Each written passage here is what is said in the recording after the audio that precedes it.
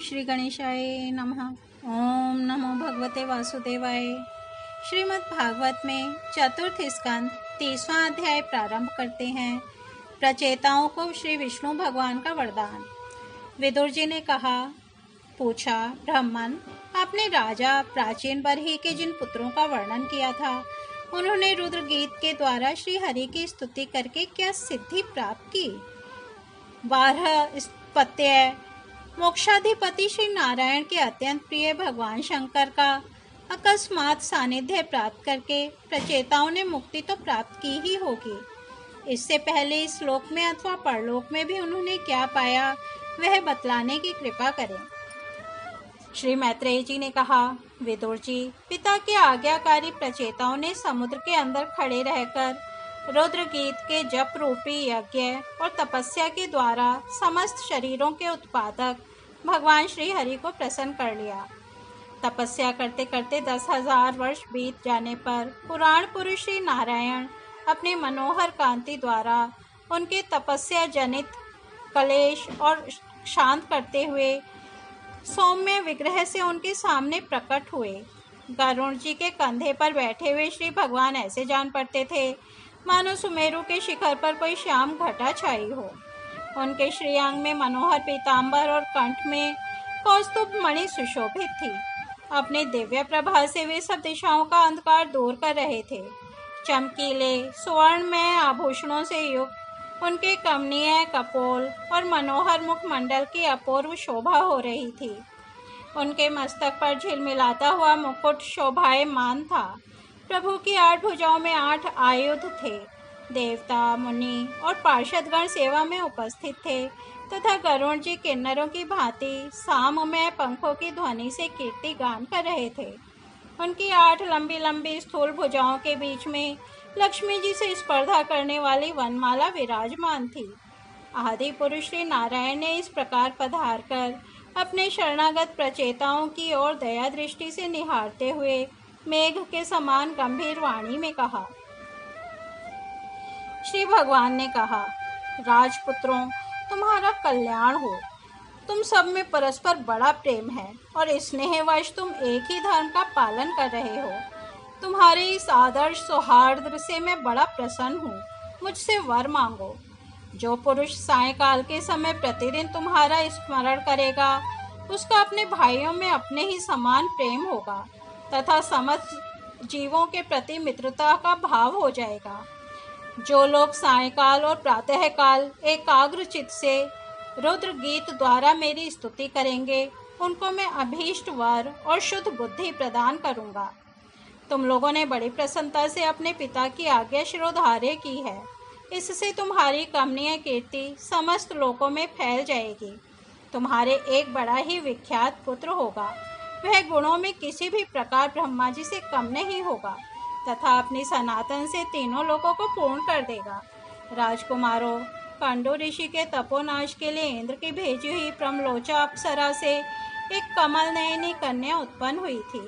उसे छोड़कर वह स्वर्गलोक को चली गई। जब वृक्षों ने उस कन्या को लेकर पाला पोसा, जब वह भूख से व्याकुल होकर रोने लगी, तब औषधियों के राजा चंद्रमा ने दयावश उसके मुंह में अपनी अमृत वर्षिणी तर्जनी उंगली दे दी। तुम्हारे पिता आजकल मेरी सेवा भक्ति में लगे हुए हैं। उन्होंने तुम्हें संतान उत्पन्न करने की आज्ञा दी है। अतः तुम शीघ्र ही उस देवोपम सुंदरी कन्या से विवाह कर लो। तुम सब एक ही धर्म में तत्पर हो और तुम्हारा स्वभाव भी एक सा ही है। इसलिए तुम्हारे ही समान धर्म और स्वभाव वाली वह सुंदरी कन्या तुम सभी की पत्नी होगी तथा तुम सभी में उसका समान अनुराग होगा। तुम लोग मेरी कृपा से 10 लाख दिव्य वर्षों तक पूर्ण बलवान रहकर अनेकों प्रकार के पार्थिव और दिव्य भोग भोगोगे। अंत में मेरी अविचल भक्ति से हृदय का समस्त वासना रूप मल दग्ध हो जाने पर तुम इस लोक तथा परलोक के नरक तुल्य भोगों से उपरत होकर मेरे पर धाम को जाओगे।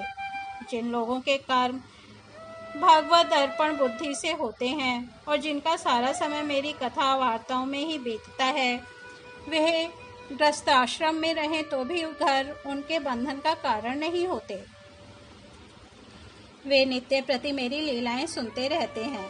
इसलिए ब्रह्मवादी वक्ताओं के द्वारा मैं ज्ञान स्वरूप परब्रह्म उनके हृदय में नित्य नया नया सा भासता रहता हूँ, और मुझे प्राप्त कर लेने पर जीवों को ना मोह हो सकता है, ना शोक और ना हर्ष ही।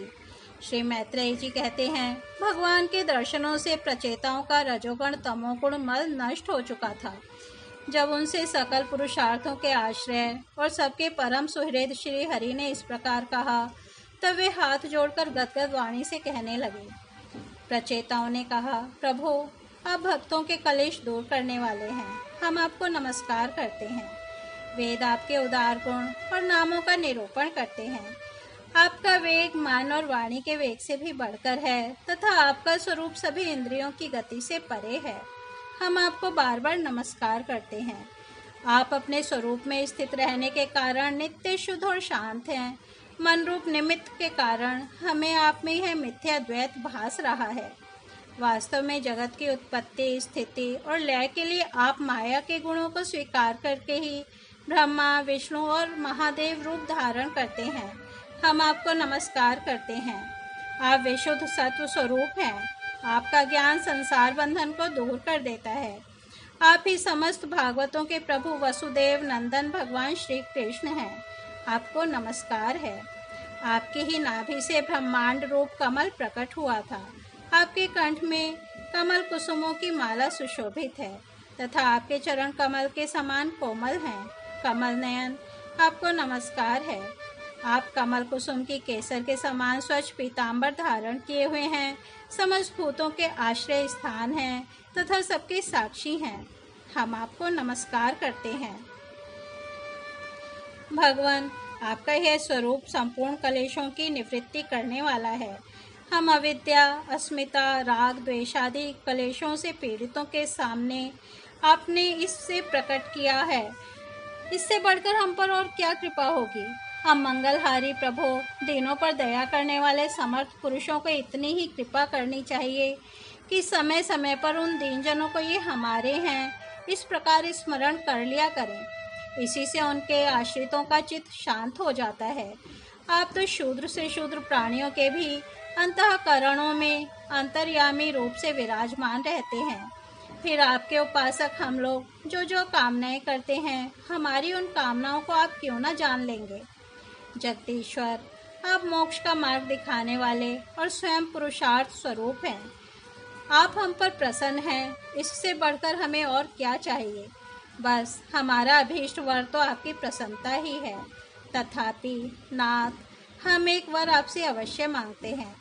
प्रभु, आप प्रकृति आदि से परे हैं और आपकी विभूतियों का भी कोई अंत नहीं है, इसलिए आप अनंत कहे जाते हैं। यदि भ्रमर को अनायास ही कल्प वृक्ष मिल जाए तो क्या वह किसी दूसरे वृक्ष का सेवन करेगा। तब आपकी चरण शरण में आकर अब हम क्या क्या मांगे। हम आपसे केवल यही मांगते हैं कि जब तक आपकी माया से मोहित होकर हम अपने कर्मानुसार संसार में भ्रमते रहें, तब तक जन्म जन्म में हमें आपके प्रेमी भक्तों का संग प्राप्त होता रहे। हम तो भगवत भक्तों के क्षण भर के संग के सामने स्वर्ग और मोक्ष को भी कुछ नहीं समझते, फिर मानवी भोगों की तो बात ही क्या है। भगवत भक्तों के समाज में सदा सर्वदा भगवान की मधुर मधुर कथाएं होती रहती हैं, जिनके श्रवण मात्र से भोग तृष्णा शांत हो जाती है। वहाँ प्राणियों में किसी प्रकार का वैर, विरोध या उद्वेग नहीं रहता। अच्छे अच्छे कथा प्रसंगों द्वारा निष्काम भाव से सन्यासियों के एकमात्र आश्रय साक्षात श्री नारायण देव का बार बार गुणगान होता रहता है। आपके वे भक्तजन तीर्थों को पवित्र करने के उद्देश्य से पृथ्वी पर पैदल ही विचरते रहते हैं।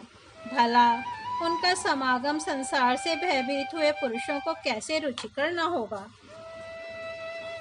भगवान, आपके प्रिय सखा भगवान शंकर के क्षण भर के समागम से ही आज हमें आपका साक्षात दर्शन प्राप्त हुआ है। आप जन्म मरण रूप दुस्साध्य रोग के श्रेष्ठतम वैद्य हैं, अतः अब हमने आपका ही आश्रय लिया है।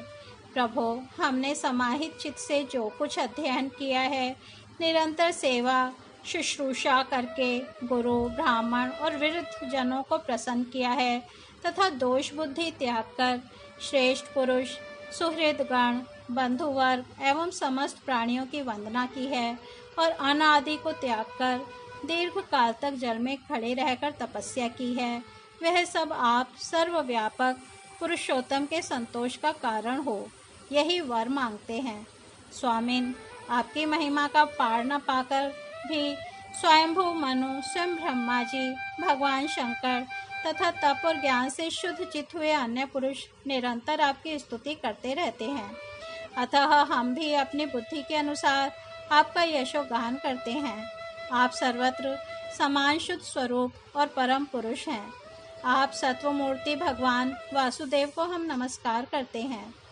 श्री मैत्रेय जी कहते हैं, विदुर जी, प्रचेताओं के इस प्रकार स्तुति करने पर शरणागत वत्सल श्री भगवान ने प्रसन्न होकर कहा, तथास्तु।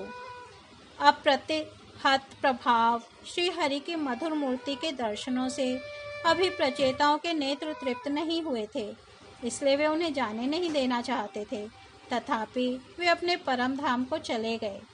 इसके पश्चात प्रचेताओं ने समुद्र के जल से बाहर निकलकर देखा कि सारी पृथ्वी को ऊंचे ऊंचे वृक्षों ने ढक दिया है, जो मानो स्वर्ग का मार्ग रोकने के लिए ही इतने बढ़ गए थे।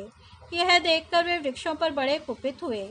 तब उन्होंने पृथ्वी को वृक्ष, लता आदि से रहित कर देने के लिए अपने मुख से प्रचंड वायु और अग्नि को छोड़ा, जैसे कालाग्नि रुद्र प्रलय काल में छोड़ते हैं।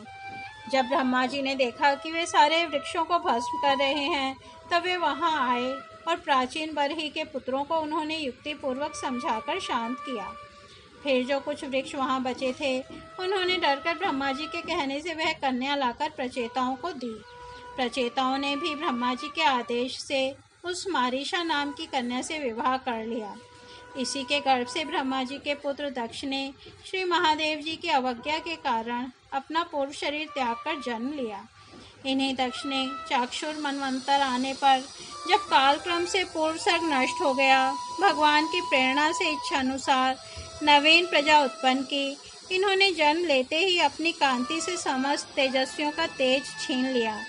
ये कर्म करने में बड़े दक्ष कुशल थे, इसी से इनका नाम दक्ष हुआ। इन्हें ब्रह्मा जी ने प्रजापतियों के नायक के पद पर अभिषिक्त कर सृष्टि की रक्षा के लिए नियुक्त किया और इन्होंने मरीचि आदि दूसरे प्रजापतियों को अपने अपने कार्य में नियुक्त किया। इस प्रकार श्रीमद् भागवत में चतुर्थ स्कंद 30वां अध्याय समाप्त होता है। कल हम 31वां अध्याय प्रचेताओं को श्री नारद जी का उपदेश और उनका परम पद लाभ सुनेंगे। तब तक हम यही विराम देते हैं। हरि ओम तत्सत।